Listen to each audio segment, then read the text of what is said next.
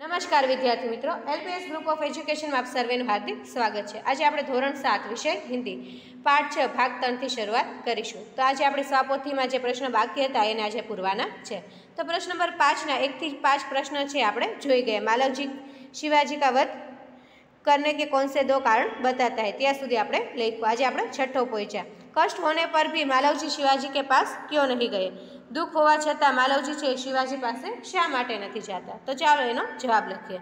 हूँ बोलूँ छूँ ने तमारे स्वापोथीनी अंदर व्यवस्थित रीते लखी लेवानुं छे। मालवजी के पिता शिवाजी की सेना में सिपाही थे। युद्ध में लड़ते हुए उनकी मृत्यु हो गई थी। मालवजी मानते थे कि जिस वीर सैनिक ने देश की रक्षा के लिए अपने प्राण दिए, उसके परिवार की चिंता करना शिवाजी का कर्तव्य था। यही सोचकर कष्ट होने पर भी मालवजी शिवाजी के पास नहीं गए। बराबर, मालवजी ने शू थाय के मारा पिता तो युद्धनी अंदर देशनी रक्षा माटे शहीद थई गया, तो एनी अने एमना परिवारनी जे जवाबदारी लेवानी जिम्मेदारी छे तो शिवाजी महाराजनी छे एवुं विचारीने दुख होवा छतां पण मालवजी छे शिवाजी पासे नथी जता। हवे आपणे 7मो प्रश्न जोईए। प्रश्न नंबर 7 है, मालवजी शिवाजी का वध करने के लिए क्यों तैयार हो गया? मालवजी छे शा माटे शिवाजीनो वध करवा माटे तैयार थई जाय छे? तो चालो एनो जवाब लखीए। मालवजी के पिता शिवाजी की सेना में सिपाही थे। उन्होंने देश की रक्षा के लिए अपने प्राण दिए थे।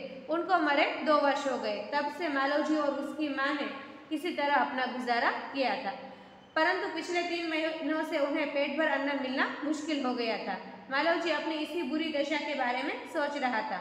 उसी समय एक सैनिक ने आकर मालवजी से कहा कि यदि तुम शिवाजी का वध कर दो तो मैं तुम्हें धन दूंगा। उसी धन के लालच में मालवजी शिवाजी का वध करने के लिए तैयार हो गया।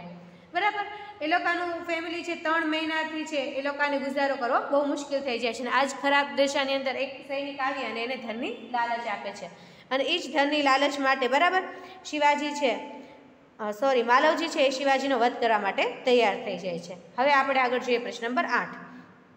अपनी हत्या के बारे में शिवाजी ने कौन कौन सी शंकाएं व्यक्त की? बराबर, જ્યારે मालवजी છે शिवाजी ने मारवा आवे छे त्यारे शिवाजी ने थाय छे कि शा माटे मारी हत्या करवा मांगतो हशे, एना माटे एने कई कई शंकाओ व्यक्त करी ए लखवानी छे। तो लखो, शिवाजी जानना चाहते थे कि मालवजी उनका वध क्यों करना चाहता था। क्या वह उन्हें मारकर मराठा साम्राज्य का मालिक बनना चाहता था? क्या उन्होंने उसे कभी हानि पहुंचाने की कोशिश की थी? क्या उन्होंने कभी राष्ट्र की प्रतिष्ठा पर धब्बा लगाया था?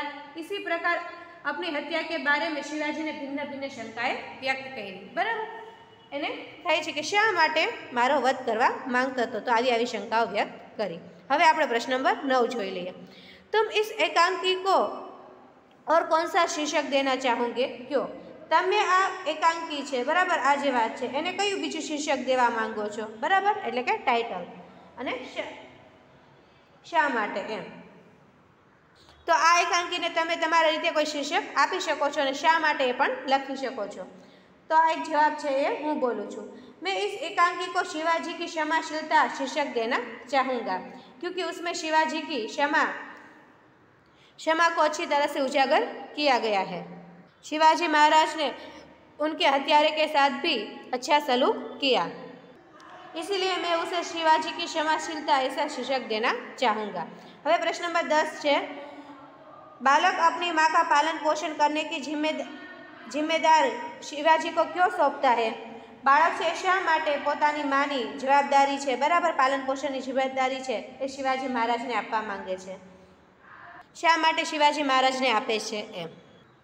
तो जवाब लखो, शिवाजी ने दिखावटी क्रोध कर बालक को जेल खाने में बंद करने का आदेश दिया था। उन्होंने अगले दिन उसे मृत्युदंड देने की बात की थी। बालक यही समझता था कि उसके अपराध के लिए शिवाजी उसे मृत्युदंड अवश्य देंगे। उसकी मृत्यु के बाद उसकी माँ अकेली और बेसहारा हो जाएगी, इसीलिए वह अपनी माँ का पालन पोषण करने की जिम्मेदारी शिवाजी को सौंपता है। बराबर, एने शिवाजी छे एक खोटे गुस्सो करीने एवुं कहे छे के हूँ तने मृत्युदंड आपीश અને બાળકને એવું થશે કે એવું થાય છે કે સાચે જ શિવાજી મહારાજ છે મને મૃત્યુદંડ આપશે, એના માટે એની માં છે એકલી અને બેસહારા ન થઈ જાય એના માટે એની માની જવાબદારી છે બરાબર એ શિવાજી મહારાજને આપે છે। હવે આપણે પ્રશ્ન નંબર 6 જોઈએ। निम्नलिखित मुहावरे का अर्थ लिखकर वाक्य में प्रयोग कीजिए। तो पहलू है दंड भोगना एटले के सजा अपाना। तो एनु एक वाक्य हूँ बोलूँ छूँ, ચોરી કે ગુના કે लिए युवक को 2 वर्ष का दंड भोगना पड़ा। તમે તમારા રીતે બરાબર આ દંડ ભોગના એવી રીતે આવતું હોય એવી રીતે વાક્ય પ્રયોગ કરવાનો છે। બીજું છે પ્રાણ ન્યોછાવર કરનાર, તેનો અર્થ થશે જીવન સમર્પિત કરનાર। અને વાક્ય भगत सिंह ने देश के लिए अपने प्राण न्योछावर कर दिए। ત્રીજું છે વધ કરનાર, એનો અર્થ થશે હત્યા કરનાર। કૃષ્ણ ને કંસ का वध किया, વાક્ય। પછી ચોથું છે આંખે ખુલના, તેનો અર્થ શું થશે જાગ જાના, તો વાક્ય પ્રયોગ आज ठीक 7 बजे मेरी आँख खुली। હવે પાંચમું છે પ્રાણ ગવાના, તેનો અર્થ થશે જાન દેના, તો વાક્ય પ્રયોગ उसने देश के लिए अपने प्राण गवाए। છઠ્ઠું છે ફૂટ ફૂટ ભરી હોના, બરાબર, તો એનો અર્થ શું થશે ખૂબ ભરી હોના, તો વાક્ય પ્રયોગ इस बालक में वीरता फूट फूट कर भरी है। પછી સાતમું છે કસર ન રખના, તેનો અર્થ થશે કમી ન રખના, વાક્ય પ્રયોગ मैं आपकी सेवा में कोई कसर न रखूंगा। आठमું છે छाती से लगाना, તેનો અર્થ થશે પ્રેમ કરना, અને વાક્ય પ્રયોગ माँ ने बेटे को छाती से लगा लिया। નવમું છે हिम्मत न पड़ना, તેનો અર્થ થશે સાહસ ન હોના, વાક્ય પ્રયોગ दारोगा से बात करने की किसी की हिम्मत न पड़ी। હવે આપણે પ્રશ્ન નંબર 7 જોઈએ। એમાં છે નિમ્નલિખિત ઉક્તિ કોણ કિસે કહેતા है, એટલે કે આ જે વાક્ય છે કોણ કોણે કહે છે એ લખવાના છે। તો પહેલું વાક્ય છે जब तुम्हें इतना कष्ट था तब तुम मेरे पास क्यों नहीं आए, તો આ વાક્ય કોણ બોલે છે, તો એમાં લખવાનું છે જવાબમાં કે शिवाजी मालवजी से कहते हैं। બીજું છે मरने से पहले मैं अपनी पूजनीय माता का एक बार दर्शन करना चाहता हूँ, तो जवाब मालवजी शिवाजी से कहता है। પછી ત્રીજું मैं तो इसकी वीरता और साहस पर मुग्ध हूँ, तो जवाब तानाजी शिवाजी से कहते हैं। પછી ચોથું છે तुम्हारे ही जैसे सेना नायकों पर भारत माता गर्व करती है, તેના જવાબમાં આવશે शिवाजी तानाजी से कहते हैं। પાંચમું છે महाराज एक बालक आपसे मिलना चाहता है। दरबान છે એ शिवाजी दरबान शिवाजी से कहता है। छठું છે मैं तुमसे यही आशा करता हूँ, जवाब शिवाजी मालवजी से कहते हैं। सातमुं महाराज यह शरीर आपका है, तो जवाब मालवजी છે એ शिवाजी से कहता है। હવે આગળ આપણે જોઈશું પ્રશ્ન નંબર 8। तो प्रश्न नंबर 8 में कहे છે કે નીચે दिए गए शब्द इकाई के जिन जिन वाक्यों में प्रयोग हुए हैं उन वाक्य को लिखे, એટલે કે આ જે શબ્દ છે જે વાક્યમાં વપરાણા હોય એ જ વાક્ય આપણે લખવાના છે। તો પહેલું છે દૃષ્ટિ, તો લખો જવાબ शिवाजी प्रेम भरी दृष्टि से तानाजी की ओर देखते हैं। પછી બીજું છે સત્યવાદી, તેનું વાક્ય तुम वीर पुत्र हो सत्यवादी हो। ત્રીજું છે प्रतिष्ठा, तो वाक्य प्रयोग क्या मैंने कभी राष्ट्र की प्रतिष्ठा पर धब्बा लगाया है। પછી ચોથું છે ન્યોછાવર, તેના જવાબમાં લખો उन्होंने देश की रक्षा के लिए अपने प्राण न्योछावर कर दिए। હવે આગળ જોઈએ પાંચમું છે દર્શન, तो मरने से पहले मैं अपनी पूजनीय माता के एक बार दर्शन करना चाहता हूँ।